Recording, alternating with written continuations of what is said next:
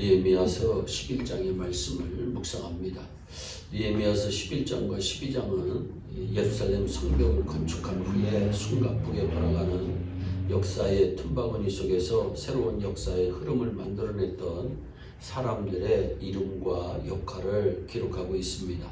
성전에 문자가 하나 단 사람의 이름까지도 많은 지면을 할애하면서까지 기록하고 있습니다.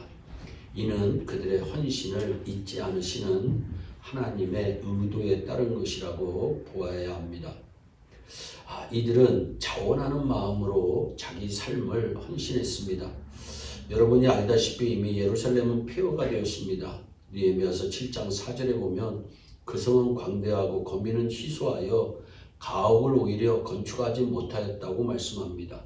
예루살렘의 영광과 영화는 바벨론의 침략으로 무너졌습니다. 70년간의 포로 생활부터 90년 후에 느헤미야가 와서 성을 건축할 때까지 160년간이나 폐허가 된 채로 버려져 있었습니다.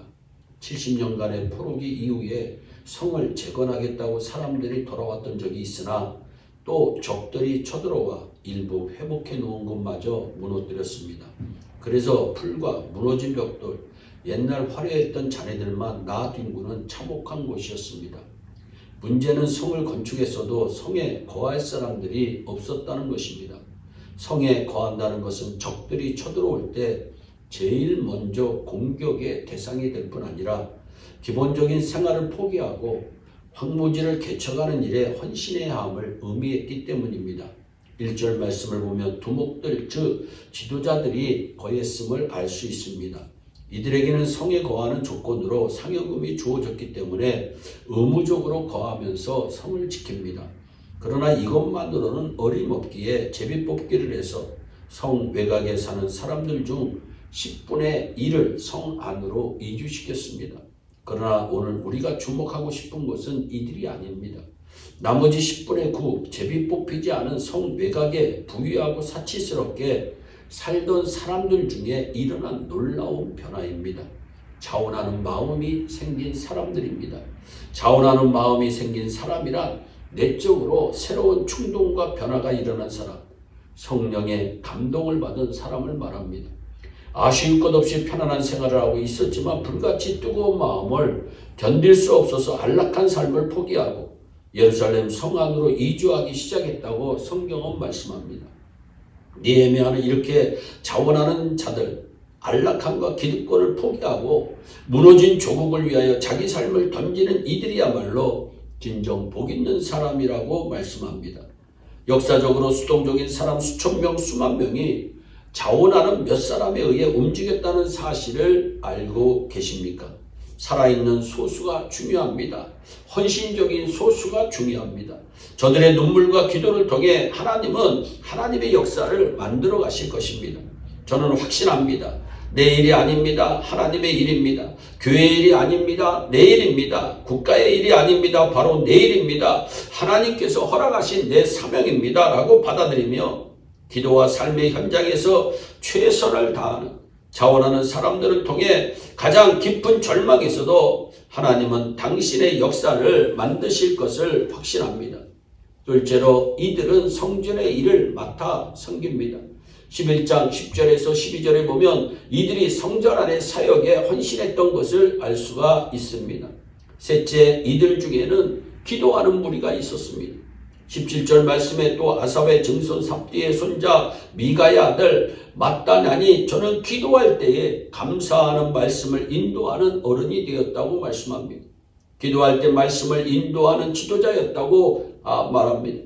하나님께서 지도자라 하신 이유는 하나님께 무릎 꿇는 사람이었기 때문입니다. 우리가 믿든 믿지 않던 하나님께서 그를 지도자라고 명한 이유 중에 하나는 그는 기도로 하나님의 역사를 인도하고 주관했기 때문입니다. 하나님께서 한 가정의 지도자로 누구를 명하실까요? 돈 벌어오는 사람일까요? 가장일까요? 나이 많은 사람일까요? 주님은 기도하는 사람이라고 말씀합니다. 교회도 마찬가지입니다. 하나님 보시기에 교회 문제를 하나님의 마음으로 기도하는 사람입니다. 어떤 사람이 기도할 수 있습니까? 하나님이 살아계신 생사복을 주관하신 역사의 배후에서 역사를 움직이심을 믿는 사람만이 기도할 수 있습니다. 평범한 사람 눈에는 보이지 않지만 영적인 사람 느헤미야의 눈에는 기도하는 사람이 진정 공동체를 움직이는 지도자로 발견된 것입니다. 사도 바울은 에베소 4장 5절에서 하나님의 구원받은 백성들은 어떻게 살아야 하는가를 말씀하고 난 후에 결론적으로 6장에서 이 일을 이룰 수 있기 위해서 영적 전쟁에서 승리해야 된다고 말씀하면서 에베소 6장 10절 이하의 기도를 강조하고 있습니다. 하나님께서 하나님을 사랑하여 한 행위는 결단코 잊지 않으십니다.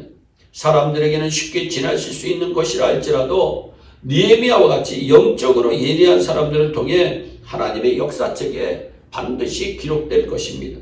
저와 여러분이 겸손하고 친절하게 쓰임받았던 헌신자들처럼 쓰임받고 칭찬받아 하나님의 기록책에 기록되는 귀한 인생이 되기를 주 예수 그리스도의 이름으로 축원합니다. 기도하겠습니다. 사랑의 하나님 아버지, 헌신된 마음으로 하나님의 몸된 사역에 임하지하는 하나님의 백성들을 축복하시는 하나님을 찬양합니다. 하나님, 헌신자들이 가장 중요한 덕목은 기도하는 사람입니다. 하나님, 우리 예일교회에 기도 많이 하는 사람들이 많아질 수 있도록 하나님의 마음으로 기도해서 하나님의 역사를 이루는 기도의 사람들이 많아질 수 있도록 주여 복을 내려 주시옵소서. 감사하고 예수님의 이름으로 기도하옵나이다. 아멘.